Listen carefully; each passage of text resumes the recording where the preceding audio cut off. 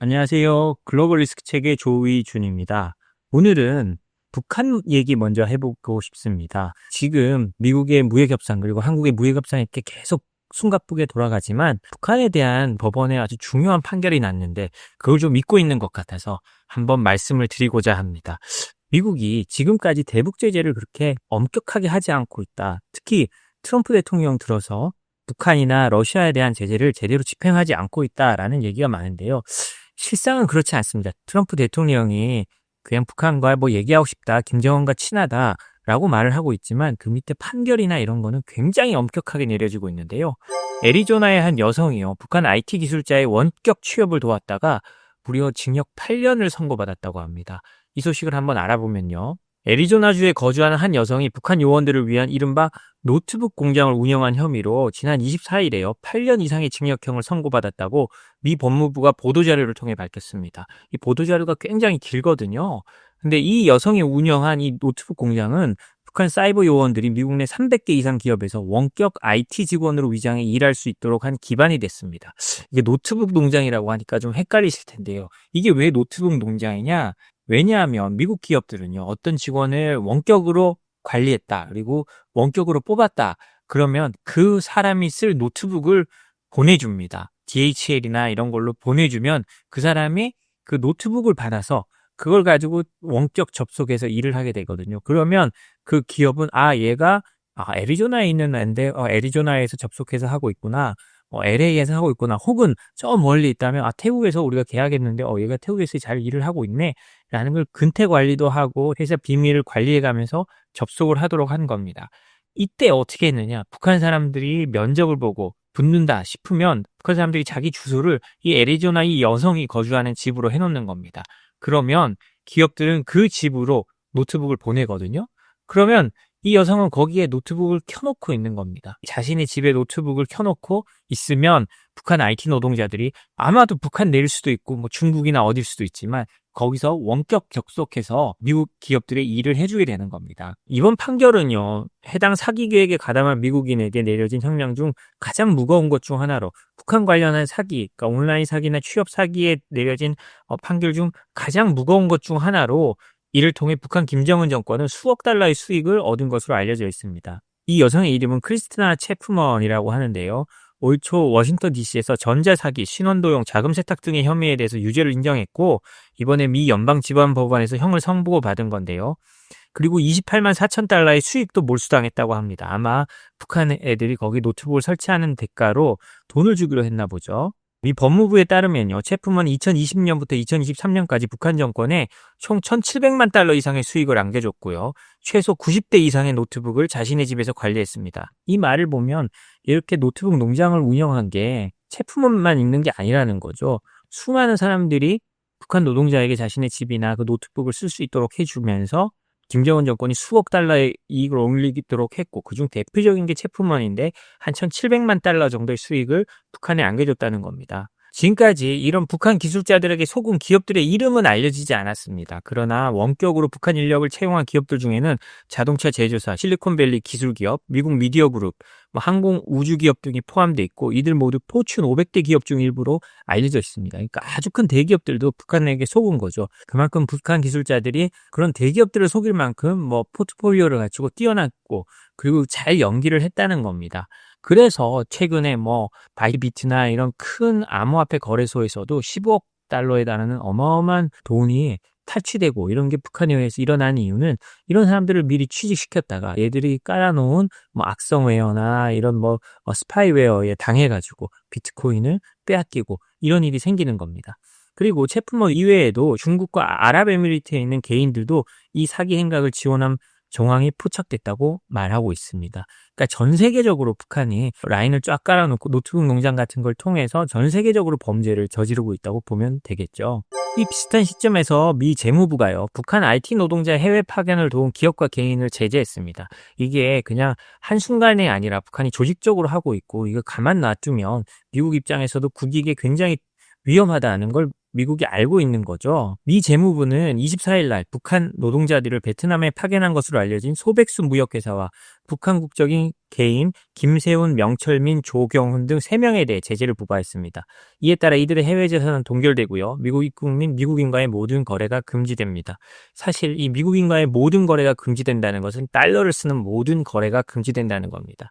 미국 법에 따라서 달러를 쓰면 미국인이거든요. 그 달러가 미국인이라고 마찬가지라고 생각하면 됩니다. 그렇기 때문에 이 사람과의 전 세계의 거래를 정지시켰다고 보면 되는데요. 브래들리 스미스 미 재무부 해외자산 통제국 국장은요, 북한은 정권의 불법적인 핵과 탄도미사일 프로그램에 필요한 자금을 마련하기 위해 소백수 무역회사와 같은 위장기업 및 핵심 인물들에 의존하고 있다고 밝혔습니다. 그리고요, 미 법무부도 똑같이 제지를 했는데요. 불법 담배 밀수 활동을 통해 북한군의 대량 살상무기 프로그램에 자금을 지원한 혐의로 심현섭, 이동민, 명철민, 김철민, 김용복, 리원호, 김세훈 등 총 7명의 북한 사람을 기소했다고 합니다. 이들 범죄 조직은 허위 선적 서류를 통해 수백만 달러 규모의 담배를 밀수입 유통한 것으로 확인됐는데요. 이 미 국무부는 이 7명의 체포 또는 유죄 판결에 연결되는 정보를 제공하는 사람에게 최대 1,500만 달러, 한화 약 205억 원의 현상금을 지급하겠다고 발표했습니다. 현상금은 개인별로 차등 책정되고요. 정의에 대한 보상 프로그램을 통해 집행될 예정이라는데요. 생각보다 굉장히 많은 돈을 걸은 겁니다. 미국은 이렇게 보상금을 크게 걸고 이렇게 제보자에게 어마어마한 보상을 해줌으로 해서 자신들의 국가 안보를 위협하게 한다고 생각하는 사람들에 대해서는 끝까지 추적하는 모습을 보여주고 있습니다. 이번 조치는요, 북한의 사이버 및 밀수 기반 자금 조달 체계를 겨냥한 포괄적 압박의 전략으로 보이고요. 바이든 행정부에 이어 트럼프 행정부 역시 북한의 불법 금융 네트워크 차단에 있어서 초당적 연속성을 가지고 있음을 보여줍니다. 그러니까 트럼프 대통령이 나는 김정은과 친하다, 김정은과 얘기하고 싶다, 북한 해결하고 싶다 이런 거는 약간의 허풍도 있고 어떤 자신의 협상력을 보여주기 위한 거지, 그 아랫단에 집행하는 부서들이나 아니 수사하는 곳에서는 여기에 대해서 봐줄 생각이 전혀 없다는 걸 우리가 좀 알고 있어야 할 것 같습니다. 또 이런 면이 앞으로 한국의 새 정부가 북한과의 어떤 협상을 하거나 개성공단 재개나 어떤 경협을 하는 데 있어서도 이런 제재에 걸리지 않도록 이 부분을 굉장히 신경 써야 될 그런 문제라고 생각을 합니다. 북한 관련해서 하나 더 얘기하자면 EU도 중국에 가서 북한을 압박해라 라는 말을 했습니다. 물론 이번에는 북한이 러시아에 파병하고 이런 것 때문에 EU가 굉장히 촉각이 곤두서 있기 때문이기도 한데요. 어떤 서방의 공통적인 의지를 보여주는 것 같습니다. 특히 북한과 러시아가 다가가면 다가갈수록 EU가 이제 과거 미국만큼 강경한 모습을 보이게 된다는 걸 보여주는 것 같은데요. 이것도 지난 24일 날요. EU 집행위원장 우르줄라 폰데 라이언은요, 중국 베이징에서 시진핑 국가주석, 리창 총리와 각각 회담한 뒤 기자회견에서요, 중국이 푸틴의 전쟁과 어떻게 상호작용하느냐가 향후 EU와 중국 관계의 핵심 결정 요인이 될 것이라고 말했습니다.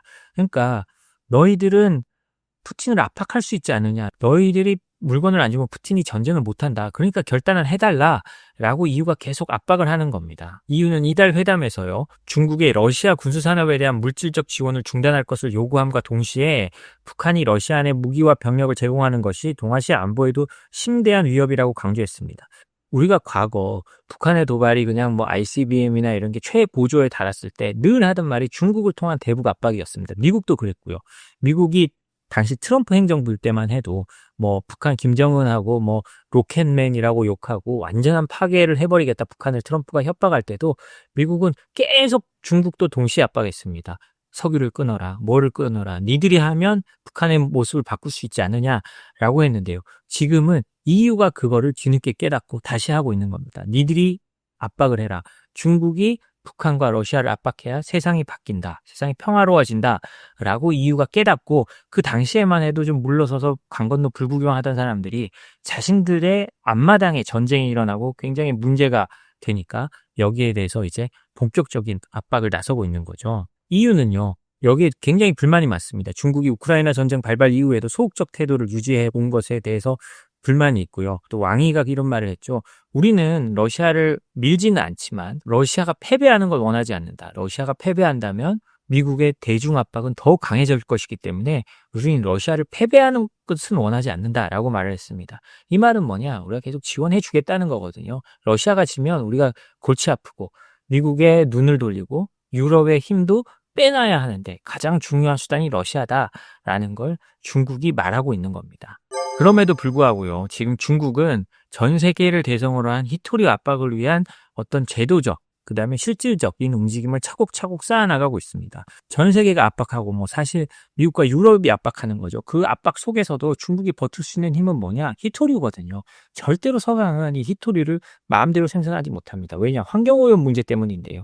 이게 사실은 미국과 유럽의 가식적인 거죠. 환경오염 우리 땅에서는 안 돼. 그러니까 다른 나라에서 해오고 다른 나라에서 받아오겠다라는 이기심이 이제 이런 상황을 만든 겁니다. 그럼 어디냐? 중국에서 제일 많이 해온 거예요. 자신들의 환경을 좀 생각하지 않은 것도 있고, 그러다 보니까 더 기술도 많이 개발시키고, 전 세계에 난 히토리를 중국이 사 모아서 자기네 땅에서 가공하고, 중국이 모든 헤게모니를 잡게 된 겁니다.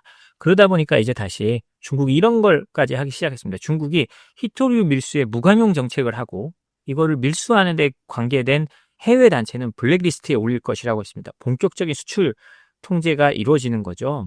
중국 상무부 허야둥 대변인은요, 지난 24일 정례 브리핑에서 국가수출통제기구의 최근 광물 밀수출 특별단속회의에 관한 질문에 지난 2달간 각 부처는 협조를 강화하고 무관용 원칙하에 대규모 밀수 사건을 수사하고 다수의 피의자를 체포했다라고 밝혔습니다. 중국은 사실 정례 브리핑이란 게 우리처럼 전혀 짜지 않고 하는 게 아니라 상당히 계획하에 어떤 기사가 나고 어떻게 알려야겠다는 계획 하에 합니다. 그래서 이 브리핑을 보면 어떤 기자가 아주 정확하게 이런 거 했다면서요? 이런 거 했으면 앞으로 어떻게 일이 생겨요? 하고 아주 친절하게 질문을 해줍니다. 근데 거기에 맞춰서 자신들의 어떤 해야 할 일, 그리고 앞으로 어떻게 하겠다는 경고성 발언을 이어가는 거거든요.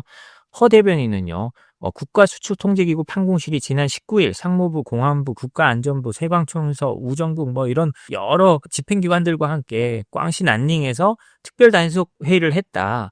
일부 불법 세력은 다양한 방식으로 규제를 회피하고자 했고 기술 불법 해외 유출 위험도 증가하고 있다라고 했다고 합니다. 그러면서 6가지 방침을 공개했는데요. 이중용도 물자 수출 통제를 위한 공동 법집행 조정센터를 설립하고요. 그러니까 우리도 이중용도 물자, 그러니까 군용, 민용으로 같이 사용할 수 있는 거 쉽게 안 주고 밀수출 사례를 앞으로는 공개해서 일벌백계 하겠다라고 한 겁니다. 그리고 해외 불법 주체를 수출 통제 명단에 등재하겠다고 한 거는요. 지금 히토리를 밀수하려고 미국과 유럽이 눈이 벌겋습니다. 갑자기 태국을 통한 히토리 수출이 크게 늘어났거든요. 이유가 뭐겠습니까? 중국 히토리를 태국이 수입해와서 거기서 태국산이라고 해서 미국이나 유럽으로 보내는 거거든요. 근데 이런 거 못하게 하겠다는 겁니다. 이게 다 미국이 하는 거잖아요. 중국도 칼을 빼든 겁니다. 그리고 전략광물 합법 수출 가이드라인을 발표하는데요. 중국 기업들에게도 아까 말한 것처럼 사례를 공개하듯이 해서 가이드라인을 발표해서 명확한 그 수출 지도를 하겠다는 거고요. 수출 기업의 실사 지도도 강화하겠답니다. 가서 이래라 저래라 하겠다는 거고요. 군사용 전용 방지 조치를 취하겠다고 합니다. 특히 이 히토리가 중요한 건 군사용으로 전용되는 거거든요. 군사용 무기를 만들 때 히토리가 정말 많이 들어간다고 합니다. 예를 들자면 미국 같은 경우는요. 중국에서 히토리를 걸어 잠그면 1000개의 무기를 못 쓰고요. 그중에 해군은 가장 큰 피해를 받는데 약 500개의 무기를 못 만든다고 합니다. 이렇게 되면 세계 최강이란 미국 군대도 큰 힘을 발휘할 수 없는 거죠. 실제로 최근 중국 국가안전부는요. 해외 정보기관이 연루된 히토리 무단 반출 시도가 적발됐다고 공개하기도 했다고 합니다. 해외 정보기관과 대리인이 최근 몇 년간 비규제 대상으로 허위 신고하거나 성분 함량 등을 조장하는 방식으로 중국산 히토리를 확보했다는 건데요. 히토리 가루를 도자기 원료에 섞거나 플라스틱 마네킹 등에 넣어서 밀수출한 사례라고 합니다. 그만큼 중국이 민감하게 보고 있고 해외의 정보기관들도 이걸 어떻게 하면 우리 국가에 빨리 많이 들여와가지고 쌓아놓을 수 있느냐를 가지고 경쟁하고 있다는 거죠. 이거는 저희가 여러 차례 말씀드렸듯이 중국이 히토리를요 단순한 광물이 아니라 국가 전략적 자산으로 명확히 규정하고 있다는 걸 보여줍니다. 특히 블랙리스트 제도, 이중용도 물자 통제센터 설립, 그다음에 합법적 수출 가이드라인 마련 같은 거는요 수출 관리 체계를 아주 체계화해서 하나하나 아주 미시적으로 국가가 들여다보겠다는 걸로 보이는데요. 그러니까 결국 이 히토리 통제는요 단발성 조치가 아니라 구조적인 리스크로 간주해야 되고 한국의 경우에는 정부 차원의 경제안보 전략 강화와 정보 수집 체계 구축이 병행되어야 할 것 같습니다. 정말 세상이 점점 더 어려워지고요. 이런 상황에서 트럼프 대통령의 관세나 이런 건 더욱더 우리에게 위기가 되고 있는데요. 이 부분을 어떻게 우리가 헤쳐나가느냐 하는 게 한국의 어떤 미래의 모습 그리고 한국의 번영을 좌우하지 않을까 생각합니다. 네, 오늘 저희가 준비한 소식은 여기까지입니다. 저희 생크션랩은요, 서울경제진흥원 지원으로 서울에 본사와 지점을 둔 회사들의 무료 수출 통제와 제재 컨설팅을 하고 있습니다. 어려운 얘기 같지만요. 이런 컨설팅을 통해서 수출 통제와 제재를 지킨다라는 컴플라이언스 프로그램을 만들고 그다음에 상담을 받고 계약서 조건만 좀 바꿔도 가장 현실적으로는 통관이 빨라지든가 이런 혜택이 있습니다. 그러니까 미국으로 수출하시는 분 혹은 중국산 부품을 섞어서 다른 나라로 수출하시는 분들 같은 경우는 저희에게 한번 컨설팅을 받아보시면 좋을 것 같습니다. 네, 저희는 다른 소식으로 내일 또 찾아뵙겠습니다. 감사합니다.